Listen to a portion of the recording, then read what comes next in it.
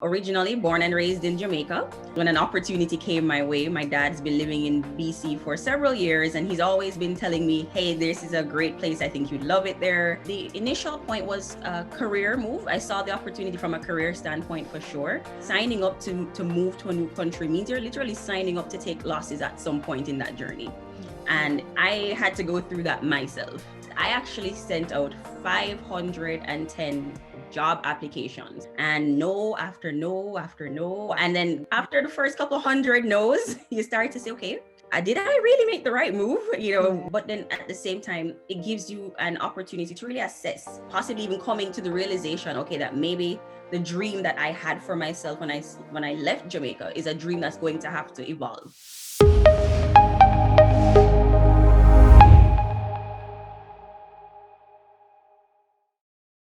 Welcome everyone to another episode of Meta Transitions. My name is Trisha K. Williams, and we are here today with one of my good friends, Karla. I'm going to give Karla an opportunity to introduce herself. Welcome to the show, Karla. We're happy to have you. Thank you so much for having me. Yes. All right. So go ahead. Tell us a bit more about you, and maybe it's launching a bit into your story as well. Okay, so I suppose in a quick summary would be, so my name is Karla Laird.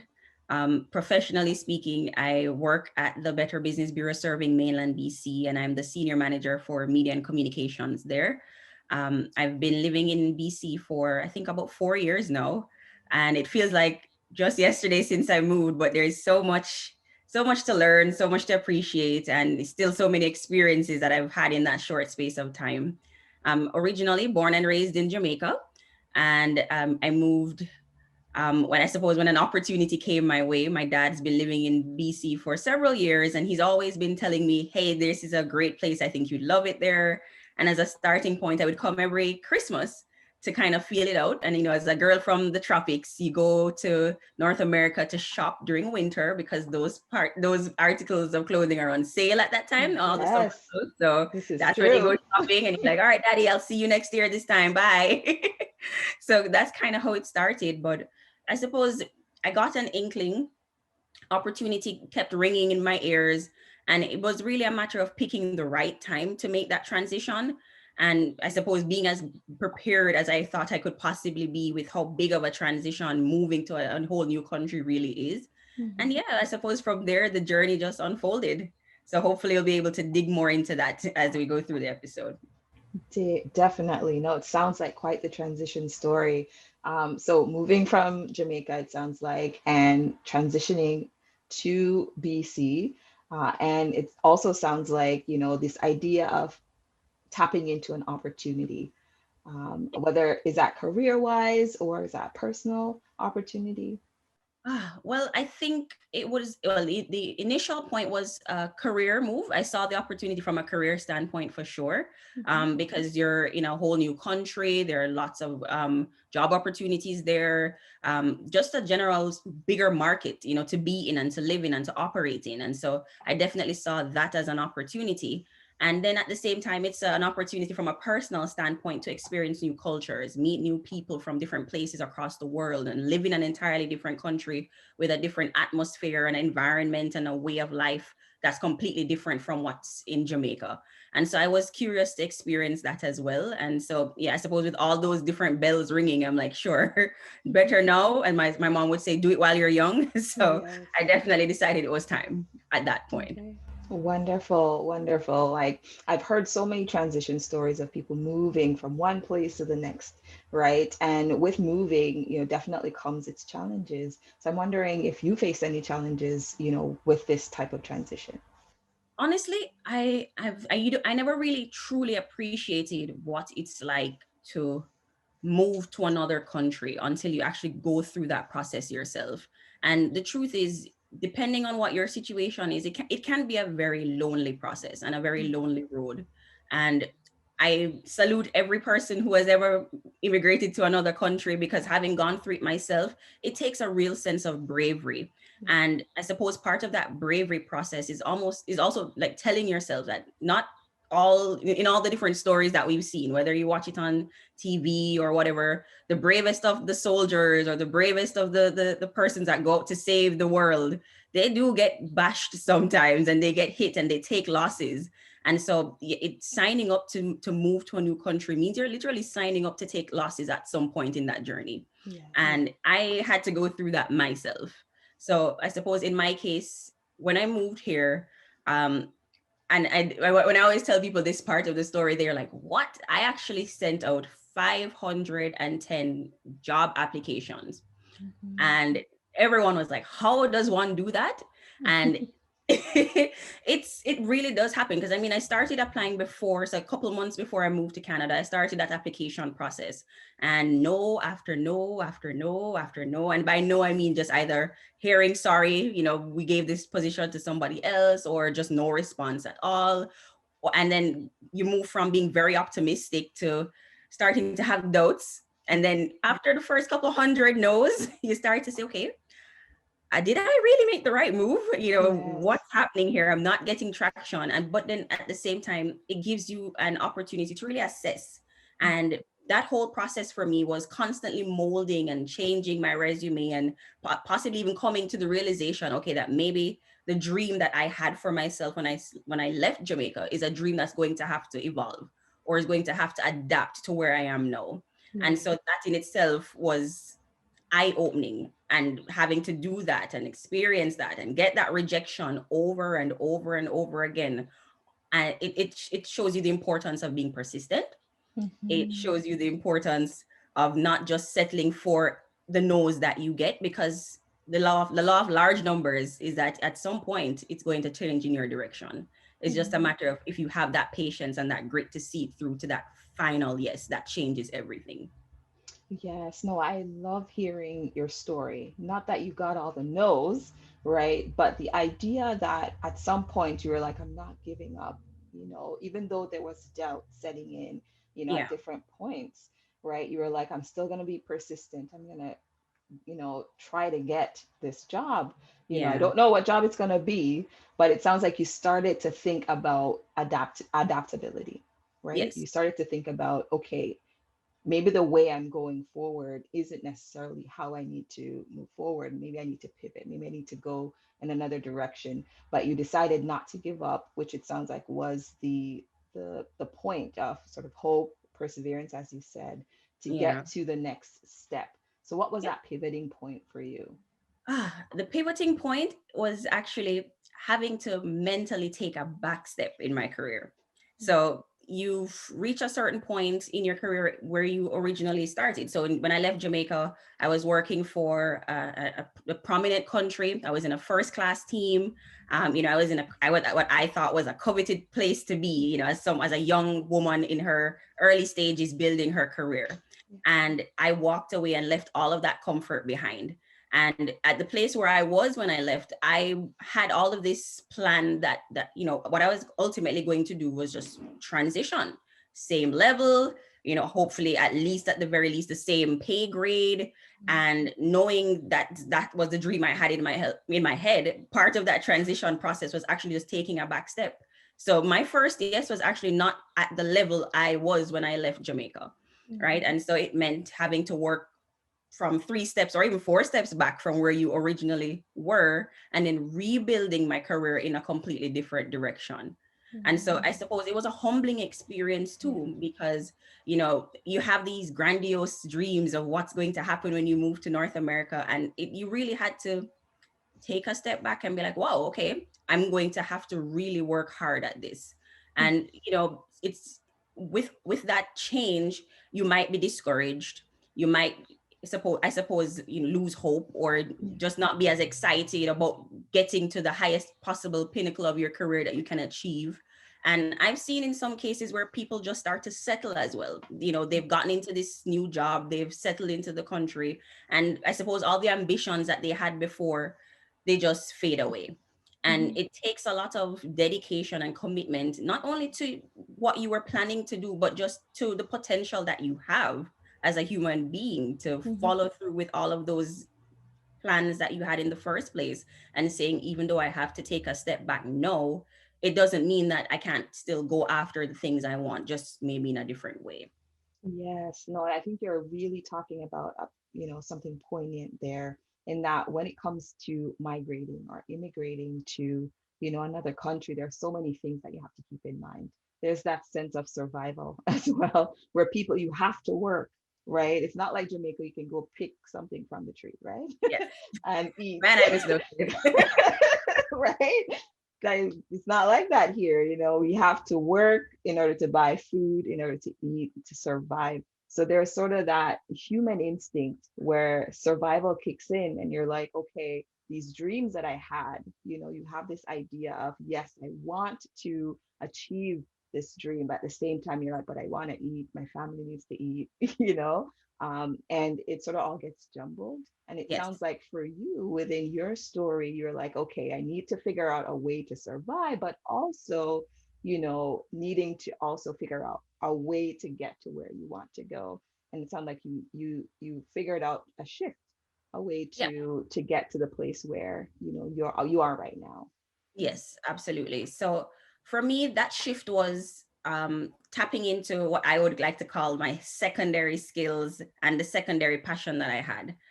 So when I was working in Jamaica, I was actually in a communications department, and part of being in that communications role, I was able to do training in public relations, even though it wasn't a skill set I was actively planning to, make at least build a career on.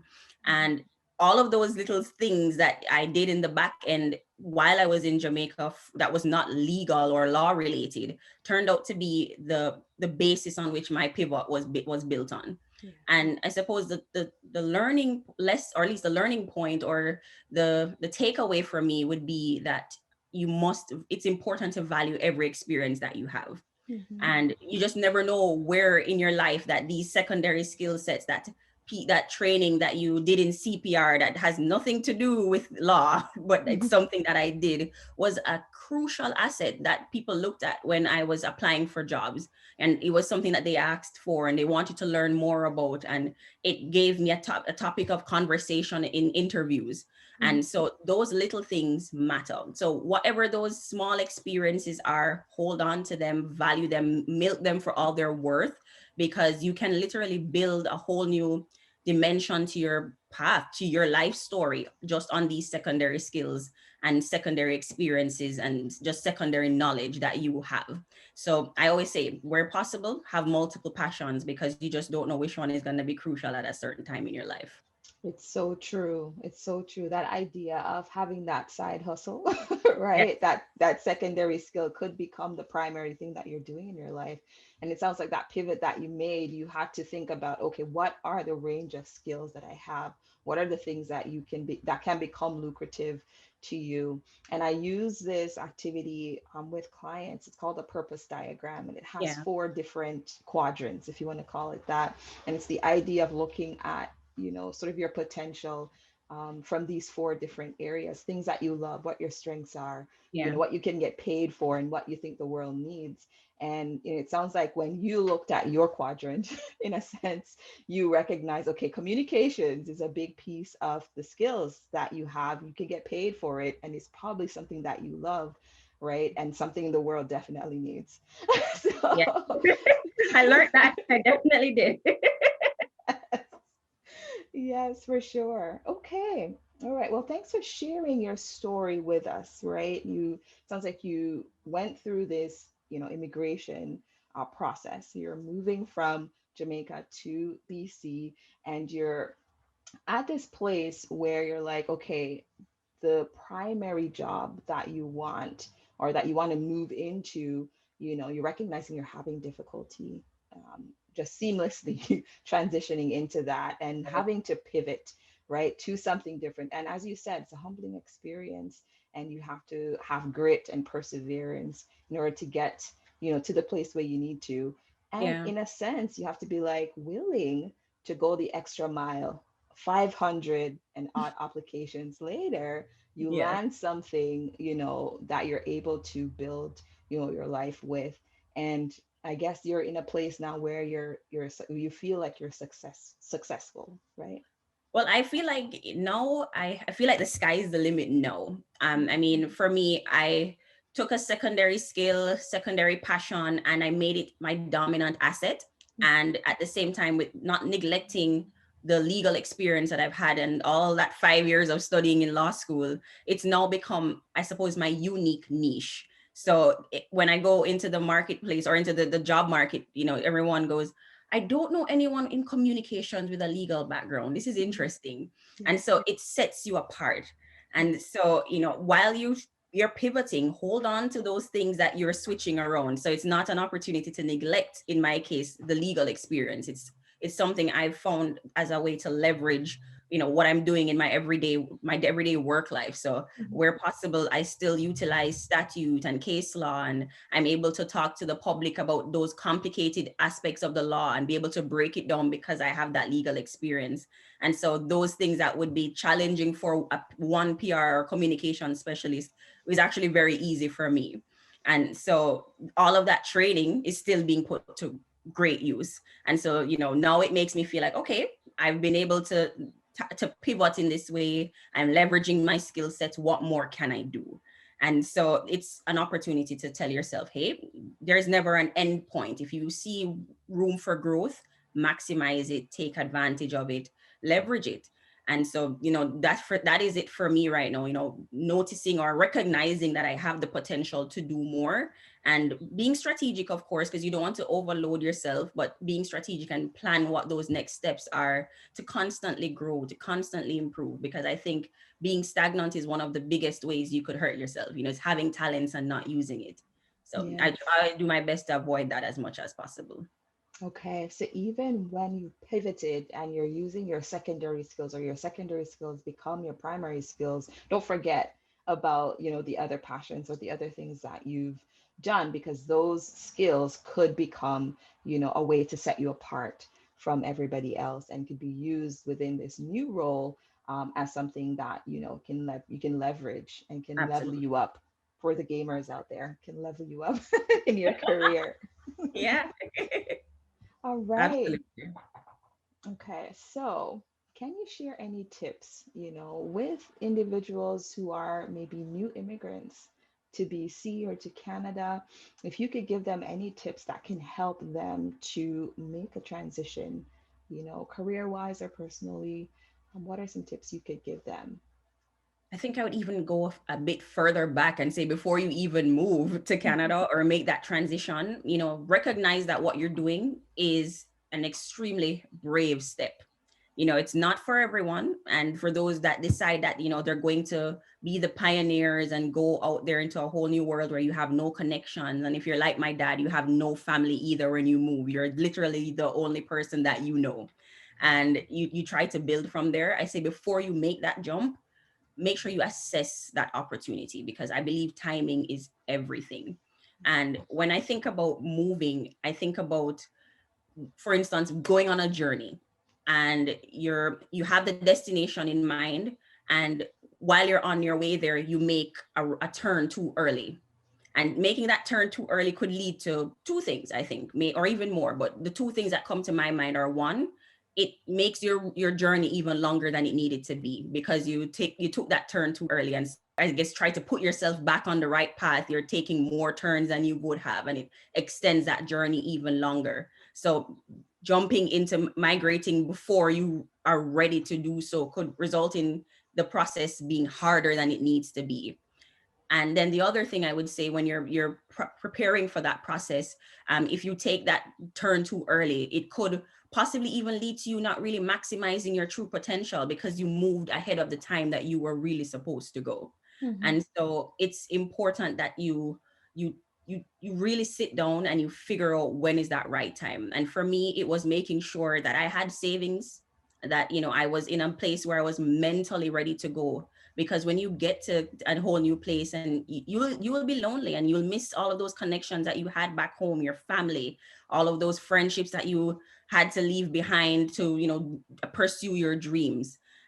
And having no support, knowing no resources or readily available resources, and having to know to go through that process of building your whole life here, it can get lonely. And if you're not, mentally prepared for it, you could go through regret, Mhm. depression, all of those things that come with being in an unstable mental place.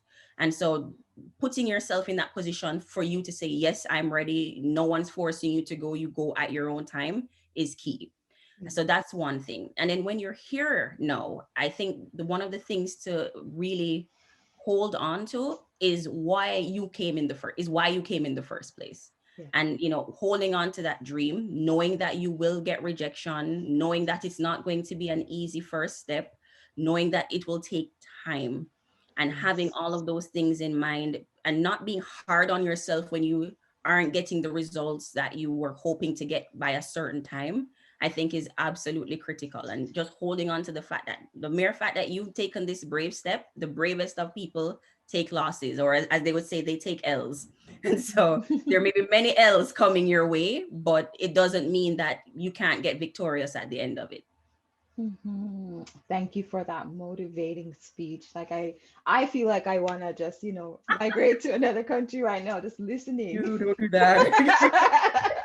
No, my husband would not like that. No. But I think what I'm hearing though is sort of that idea of being prepared, that preparedness, but not just physical preparedness like saving, which is really good, and mapping out the location and exactly the actual steps that you need to take to migrate, but also a mental process that you're Yeah, going through where you're saying to yourself, there's a possibility that things may not go the way I want them to. So it's sort of like you're setting yourself up in a sense to be like to expect the unexpected, exactly. which is really great advice. Like I work in warehouses, Yeah, and my mom and my dad, that's what we did. We did that for probably 2 or 3 years yeah, before any of us found anything else.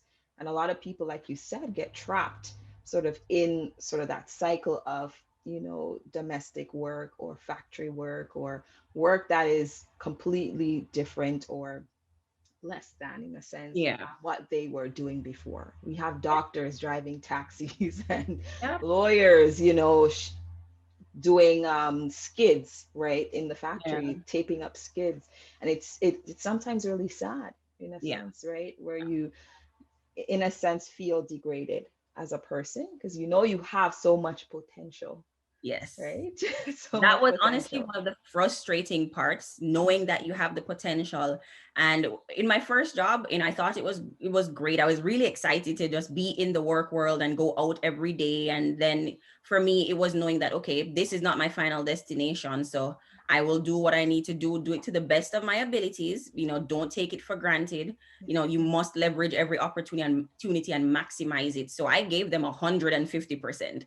Mm. And for them, they were like, wow, this person's great. And of course they were sad when I made the decision to leave. But it was good to know that I was leaving to go to a better place, but at the same time not burning my bridges there, because I still see these people. I still have great friendships there, and I was able to have good relationships with them. And these are now people that will be able to speak for the work that I'm able to do.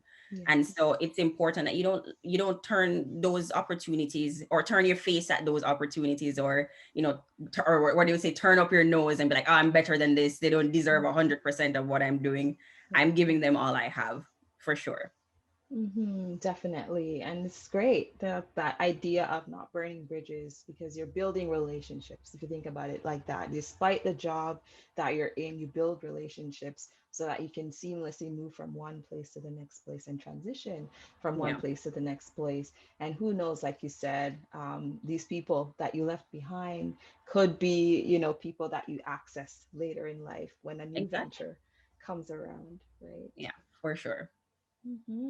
Thank you for being with us and for sharing your story.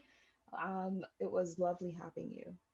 Thank you so much for having me. It was great to talk and share. And I mean, anything I can do to motivate other persons that are possibly struggling or going through their own transition story. These things are just phases. And it's important that you recognize it's just a phase, and it's a phase that you have the power to get out of. So it's just a matter of you being mentally prepared to go through that tough time, and also being committed to getting through that tough time, because there's always a light at the end of the tunnel. It's just that some people's tunnels are longer than others, But Mhm. yes, push through and you will see your light at some point for sure. Definitely. All right. So we generally ask at the end if people wanted to contact you. You can totally say Yeah. yes or no to this. But if people needed to contact you, um, how would they do Well, I am on social media. My social media, all of my social media accounts, whether it's Instagram or Facebook or Twitter, are under my name, Karla Laird. So if you search that, you will find me. And outside of that, I am accessible by email too. I don't know if you want me to share it here or you can add it afterwards. But yeah, I'm very accessible. I'm always happy to impart any wisdom, support, knowledge that I can to help anyone else that may be out there. that? Okay, perfect. All right. So we will be putting Carla's description. Okay. We will be putting the information that Carla provided to us, our social media handles, and her email in the description below. Okay, so we're happy to have Carla with us today. That's it for now. Take care and have a good day.